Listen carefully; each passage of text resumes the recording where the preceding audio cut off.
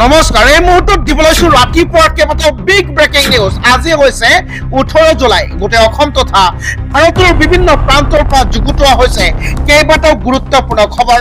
উচ্চাৰিত মুছলমানক টাৰ্গেট কৰি গুলীচালনা কৰা ঘটনাৰ বিস্ফোৰক তথ্য ফাদিল।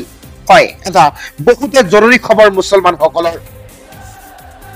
পাইকান কাণ্ডৰ আঁৰত বনপালক জগদীশ বৰ্মন। হয়, পাইকানত যি গুলীবৰ্ষণ হৈছিলে, দুজনকৈ মানুহে ইতিমধ্যে নিহত হোৱাৰ খবৰ লাভ কৰা গৈছে। তাৰ মাষ্টাৰ মাইণ্ড হৈছে বনপালক জগদীশ বৰ্মন। ইতিমধ্যে ডাঙৰ খবৰ লাভ কৰা গৈছে। পকেটৰ পৰা টকা খৰচ কৰি গুলীয়াই হত্যা কৰাৰ ভাবুকি দিছিলে এইজন ব্যক্তিয়ে। এজন ডিএফঅ আছিলে। এই ডাঙৰ মন্তব্য আছিলে কেইদিনমান আগতে। বিস্ফোৰক অভিযোগ বনপালক জগদীশ বৰ্মনৰ বিৰুদ্ধে। জগদীশ বৰ্মনে উচ্চাৰিত ৰাইজৰ ওপৰত ধাৰাসাৰ গুলীবৰ্ষণ কৰাৰ অভিযোগ উত্থাপিত হৈছে। এই ভয়ংকৰ ঘটনা, দুইজনৰ মৃত্যু, আহত 10 জনতকৈ অধিক লোক। জগদীশ বৰ্মন নামৰ ফৰেষ্টাৰ উচ্চাৰিত হত্যা কৰাৰ ভাবুকি দিছিল বুলি এক ডাঙৰ খবৰ লাভ কৰা গৈছে।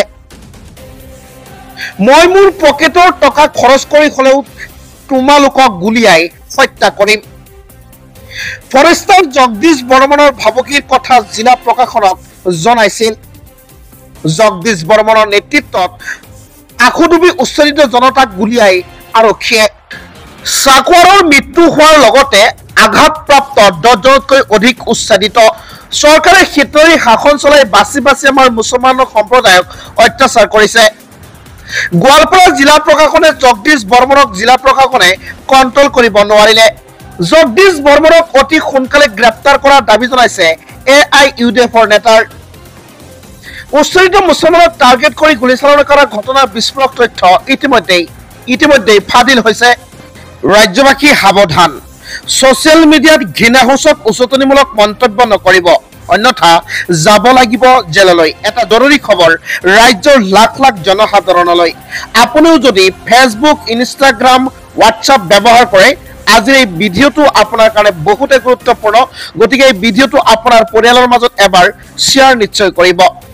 আপুনিও যদি ছচিয়েল মিডিয়া ব্যৱহাৰ কৰি আছে, তেনেহ'লে ছচিয়েল মিডিয়াত ঘৃণাসূচক উচতনিমূলক মন্তব্য নকৰিব, অন্যথা যাব লাগিব আপোনাৰ জেললৈ। এটা বহুত জৰুৰী খবৰ, আপুনি জানি ৰাখক। মুখত যি আহে তাকেই ক'ব নোৱাৰিব। ইতিমধ্যে ৰাজ্যৰ লগতে প্ৰশাসন, উচ্চতম ন্যায়ালয় এতিয়া কঠোৰ হৈছে। মনলৈ যি আহে তাকে আপুনি লিখিব নোৱাৰিব। আপোনাৰ মনত যিটো আহিব সেইটোৱে আপুনি লিখিব নোৱাৰিব। ফেচবুক, হোৱাটছআপ, এক্স, ইনষ্টাগ্ৰাম চলাওঁতে এতিয়াৰ পৰা আপুনি সাৱধান হোৱাটো বহুত জৰুৰী। ৰাজনৈতিক দল আৰু নেতাক সকিয়নি সুপ্ৰিম কোৰ্টৰ। ইতিমধ্যে সুপ্ৰিম কোৰ্টে এক ডাঙৰ শুনানি দিছে। ৰাজনৈতিক দল আৰু নেতাক সকিয়নি সুপ্ৰিম কোৰ্টে প্ৰদান কৰিছে যে যদি কোনোবাই এই ছচিয়েল মিডিয়াত কোনো ধৰণৰ উচতনিমূলক মন্তব্য কৰে, তেনেহ'লে জেললৈ যাব লাগিব। কেৱল মাত্ৰ ৰাজনীতিবিদেই নহয়, সাধাৰণ মানুহেও এতিয়াৰ পৰা সাৱধান হ'ব লাগিব। কোনো ধৰণৰ ঘৃণাসূচক মন্তব্য কৰিব নোৱাৰিব। কঠোৰ হৈছে উচ্চ ন্যায়ালয়। সামাজিক মাধ্যমত কোনো পোষ্ট বা ভিডিঅ' শ্বেয়াৰ কৰিব নোৱাৰিব, লাইক কৰিব নোৱাৰিব। আপুনি মনত ৰাখক, বাক স্বাধীনতাৰ নামত যি মন যায় তাকে কৰিব নোৱাৰিব। বাক স্বাধীনতাৰ নামত সকলো কথাই শুদ্ধ বুলি প্ৰতিপন্ন কৰাৰ প্ৰৱণতা বিপদজনক। ঘৃণাসূচক ভাষণ দিয়াসকলৰ বিৰুদ্ধে গ্ৰহণ কৰা হ'ব কঠোৰ ব্যৱস্থা। কোনেও উচতনিমূলক বিভাজনমূলক মন্তব্য নকৰিব বুলি ইতিমধ্যে ডাঙৰ কঠোৰ সকিয়নি প্ৰদান কৰিছে উচ্চতম ন্যায়ালয়ে। ভাতৃত্ববোধ, ধৰ্মনিৰপেক্ষতা সকলোৱে বাৰ্তাই ৰখাটো প্ৰয়োজন। ভাৰতৰ ঐক্য আৰু অখণ্ডতা সকলোৱে ৰক্ষা কৰাটো বহুতে দৰকাৰ। নিজক নিজেই নিয়ন্ত্ৰণ কৰাটো প্ৰয়োজন। সকলো বস্তুতেই নিয়ন্ত্ৰণ থকাটো অত্যন্ত প্ৰয়োজন।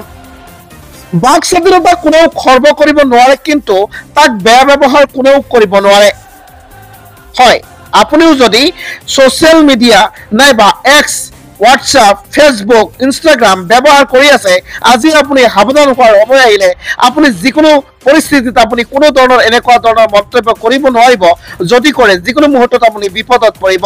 বাক স্বাধীনতাৰ অধিকাৰ কোনেও অপব্যৱহাৰ কৰিব নোৱাৰিব বুলি ইতিমধ্যে ডাঙৰ খবৰ লাভ কৰা গৈছে। সকলোতে আত্মসংযম আৰু আত্মনিয়ন্ত্ৰণ থকাটো প্ৰয়োজন। কঠোৰ নিৰ্দেশনা জাৰি কৰিলে সৰ্বোচ্চ ন্যায়ালয়ে। হয়, ৰাজ্যবাসীৰ বাবে আন এক ডাঙৰ খবৰ। মুখ্যমন্ত্ৰীৰ চকী ভাঙি পেলাম। অসমত বাংলাদেশৰ দৰে পৰিস্থিতিৰ সৃষ্টি কৰাৰ ভাবুকি প্ৰদান কৰিছে সংখ্যালঘু সংগঠনসমূহে। হয়, এটা ডাঙৰ খবৰ ৰাজ্যবাসীৰ বাবে জনাইছো। সবিশেষ ভিডিঅ'টিত এটা লাইক কৰি এতিয়া শ্বেয়াৰ কৰক। অসম বাংলাদেশ কৰাৰ ভাবুকি সংখ্যালঘু সংগঠনৰ। পাইকানৰ ঘটনাৰ পাছত ৰাজ্যজুৰি প্ৰতিবাদ সংখ্যালঘুৰ। প্ৰতিটো সংখ্যালঘু দল সংগঠনে মুখ্যমন্ত্ৰীৰ চকী ভাঙি পেলাব। শ্বেখ হাছিনাৰ দৰে অসম এৰিব লাগিব মুখ্যমন্ত্ৰীয়ে। অসমত বাংলাদেশৰ দৰে পৰিস্থিতি কৰাৰ হুংকাৰ প্ৰদান কৰিছে সংখ্যালঘু সংগঠনসমূহে। ৰাজপথ ৰেলপথ অৱৰোধ কৰি প্ৰতিবাদ কৰাৰ হুংকাৰ সংখ্যালঘু সংগঠনৰ। পুলিচৰ লাঠি চাৰ্জেৰে সংখ্যালঘু স্তব্ধ নহয়। শৰীৰৰ এক বিন্দু তেজ থকালৈকে আন্দোলনৰ হুংকাৰ প্ৰদান কৰিছে। যিসকল আৰক্ষীয়ে হত্যা কৰিছে প্ৰতিজন হত্যাকাৰীয়ে ন্যায় লাগে। অসম বাংলাদেশ কৰাৰ ভাবুকি প্ৰদান কৰিছে সংখ্যালঘু সংগঠনে। হয়, এটা জৰুৰী খবৰ ৰাজ্যবাসীৰ বাবে। আমছু এবিএমছুক নিষিদ্ধ কৰক। ইছলামিক জাহাদীক ইন্ধন যোগাইছে দুই সংগঠনে। হয়, ইতিমধ্যে ডাঙৰ খবৰ লাভ কৰা গৈছে। আমছু আৰু এবিএমছুক নিষিদ্ধ কৰাৰ বাবে এক ডাঙৰ জনসভা আয়োজন কৰা হৈছে। ইছলামিক জাহাদীক ইন্ধন যোগাইছে বোলে এই দুটা সংগঠনে। সবিশেষ জনাইছো, ভিডিঅ'টো চাই থাকিব। আমছুক নিষিদ্ধ কৰক। আমছু নিষিদ্ধ হ'ব লাগে। আমছু আৰু এবিএমছু এই দুই সংগঠনৰ বিৰুদ্ধে জাগি উঠিছে বজৰং দল। ইছলামিক জাহাদী মৌলবাদী শক্তিক ইন্ধন যোগান ধৰি আছে এই দুটা সংগঠনে। ইছলামিক জাহাদী নিৰ্মাণ কৰি আছে আমছু এবিএমছুৱে। অবৈধ নাগৰিকৰ ৰক্ষা কবচ এই দুই সংগঠন। এই দুই সংগঠনে অসমত সাম্প্ৰদায়িক সংঘৰ্ষ লগোৱাৰ চেষ্টা কৰিছে। অসম চৰকাৰক দুই সংগঠনক নিষিদ্ধ কৰিবলৈ দাবী জনালে বজৰং দলে। জাতি মাটি ভেটিৰ স্বাৰ্থত উচ্ছেদ চলিব দিয়ক বুলি মন্তব্য। উচ্ছেদ কোনেও বাধা প্ৰদান কৰিব নোৱাৰিব বুলি সকিয়নি প্ৰদান। উচ্ছেদৰ বাবে মুখ্যমন্ত্ৰীক ধন্যবাদ দিলে বজৰং দলে। আমছুক নিষিদ্ধ কৰক।